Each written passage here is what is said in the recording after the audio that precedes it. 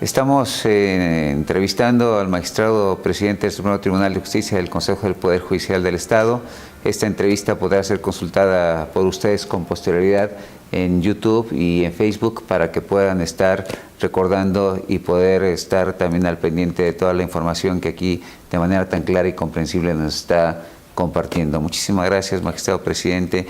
Y a propósito justo de lo que nos comentaba en torno a la oralidad penal, la oralidad familiar, esta posibilidad de que la ciudadanía asista a presenciar una audiencia penal de manera democrática, que pueda saber cuáles son los derechos que tiene el inculpado, la víctima, quién es el defensor, el juez. ¿Esto también está permitido a los medios de comunicación, presidente? Ay, muy buena pregunta.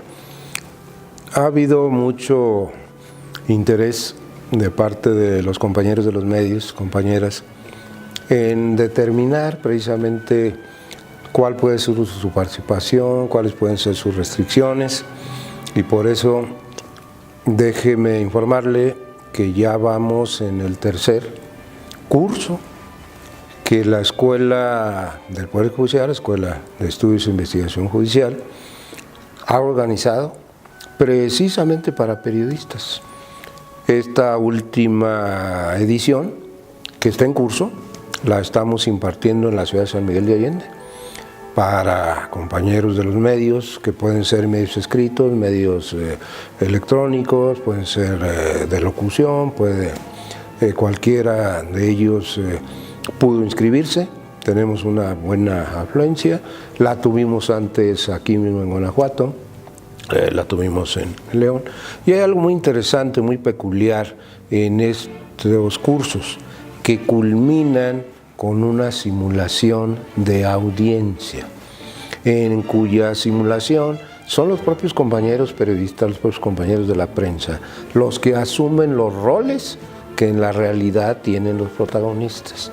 Incluso ellos, poniéndose de acuerdo, y eligen a quienes conforman el tribunal, de manera que hacen papel de jueces, para que entiendan la grave dificultad que esto representa y la responsabilidad.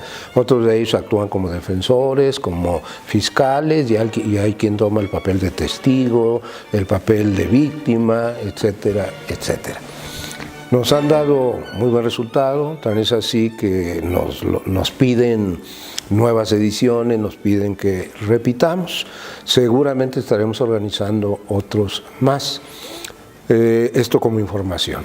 Pero en cuanto a la pregunta, los compañeros de la prensa tienen derechos, y tienen derecho obviamente a informar sobre lo que acaece, lo que acontece, lo que se resuelve en audiencias, sobre todo refiriéndome a las audiencias públicas que tenemos en el sistema de oralidad penal.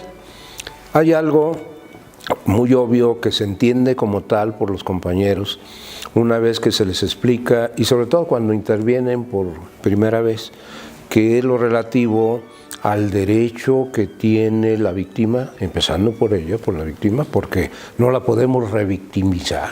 Claro, no podemos causarle un daño sobre el que está reclamando ya como causado, pero también derechos que tiene el inculpado. Y en ambos casos estos derechos se refieren a la privacidad, se refieren a sus datos personales, tanto físicos como de identidad. Y digo físicos por la cuestión de las fotografías y de la toma de película o videos. Es obvio que mientras no haya el consentimiento expreso de víctima y de inculpado para que se hagan tomas de su rostro y se difundan, no es válido que se hiciera así. Por eso en las audiencias, cuando se realizan públicas y está presente el inculpado y está presente la víctima, se les hacen estos cuestionamientos para que sean ellos los que libérrimamente tomen decisión sobre el particular. ¿Quiere usted dar su permiso para que se tomen fotografías de su rostro? Porque esas fotografías van a ser después difundidas. Si nos señala de manera, por eso es delante de todos, si nos señala su negativa, queda prohibido, pero aquí hay algo muy importante. No porque el tribunal de entrada lo prohíba, sino porque la víctima y el inculpado están ejerciendo ese derecho a su privacidad. Entonces es la persona la que pone este obstáculo, no el tribunal. Es a través del tribunal que se hace saber a los compañeros de la prensa que no es posible hacer estas tomas. Y lo otro, que son sus datos ya no fisonómicos, sino también sus datos personales, porque hay que tener en cuenta algo muy obvio: se puede poner en riesgo a la persona.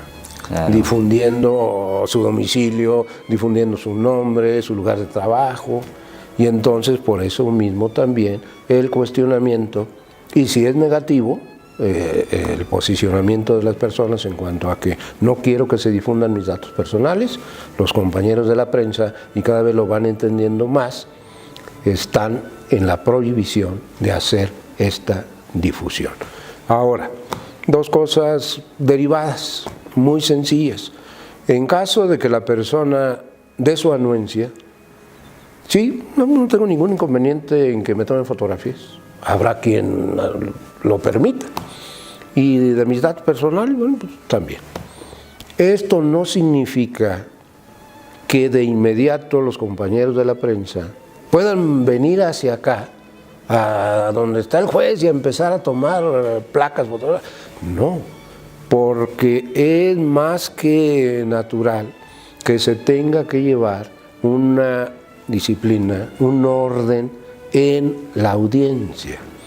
De manera que por eso, como dije, están las partes, está el juez, y hay está una pequeña barrera para dividir con el público. Los compañeros de la prensa están entre el público, consecuentemente no pueden pasarse hacia acá, aunque dé permiso la persona.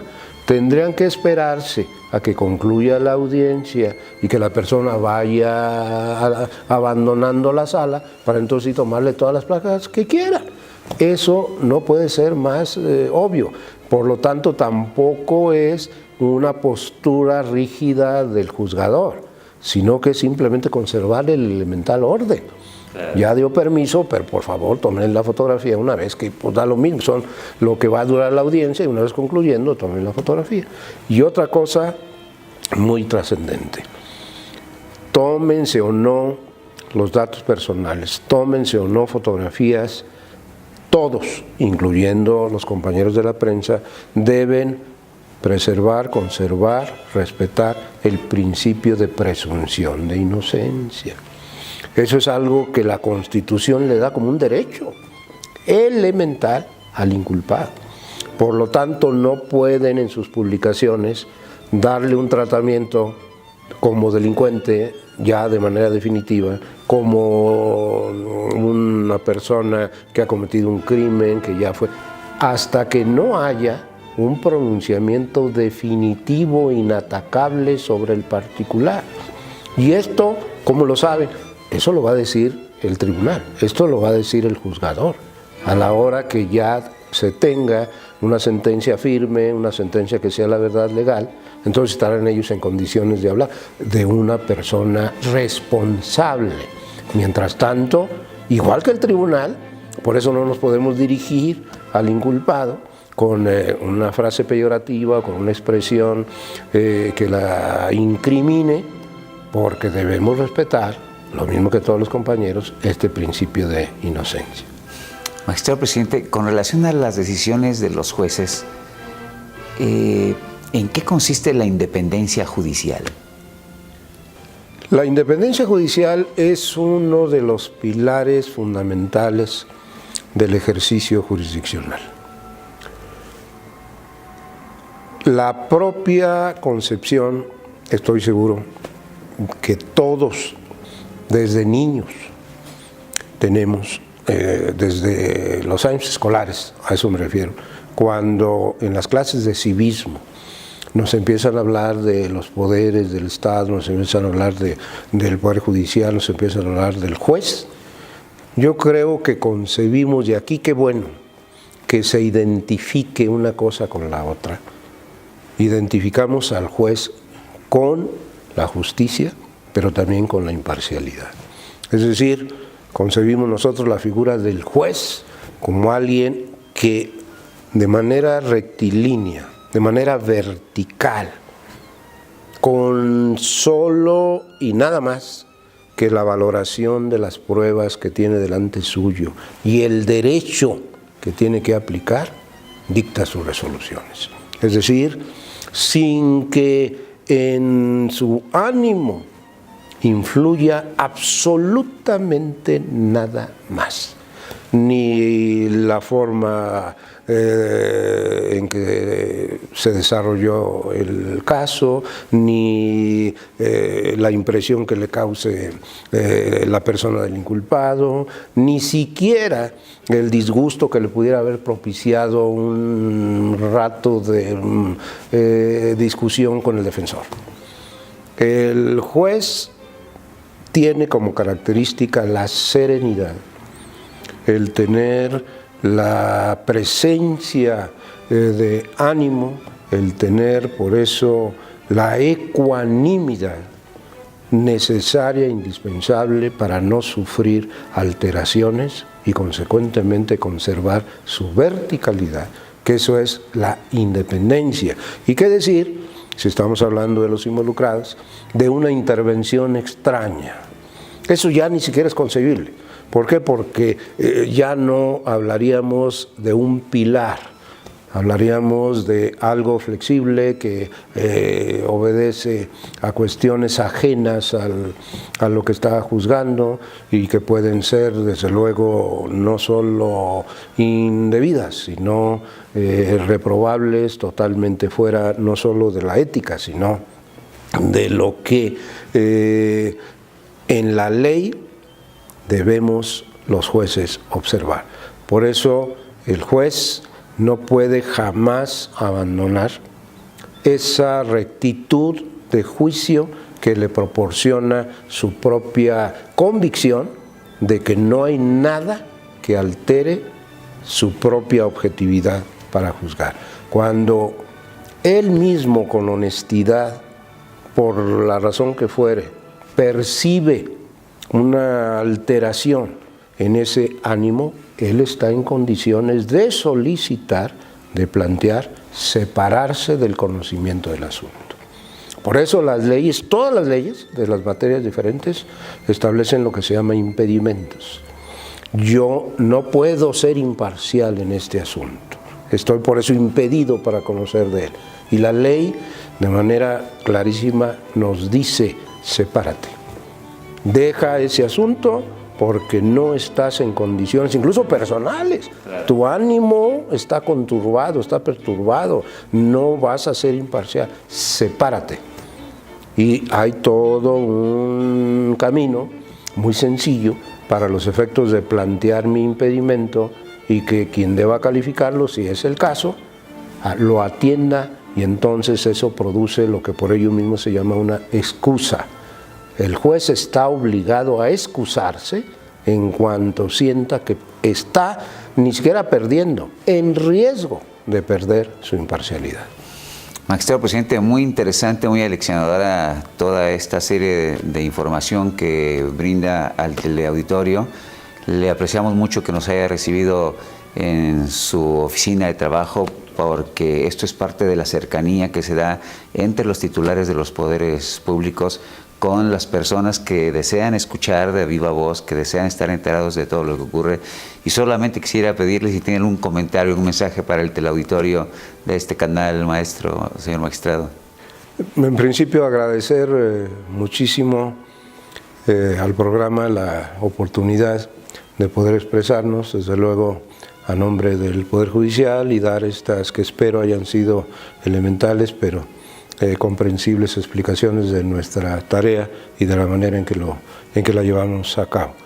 Y decirles a la ciudadanía que estamos en el Poder Judicial haciendo nuestro mejor esfuerzo por mejorar día a día nuestros servicios jurisdiccionales, que son eso, un servicio, no es algo que nosotros asumamos como que nos corresponde y que somos propietarios.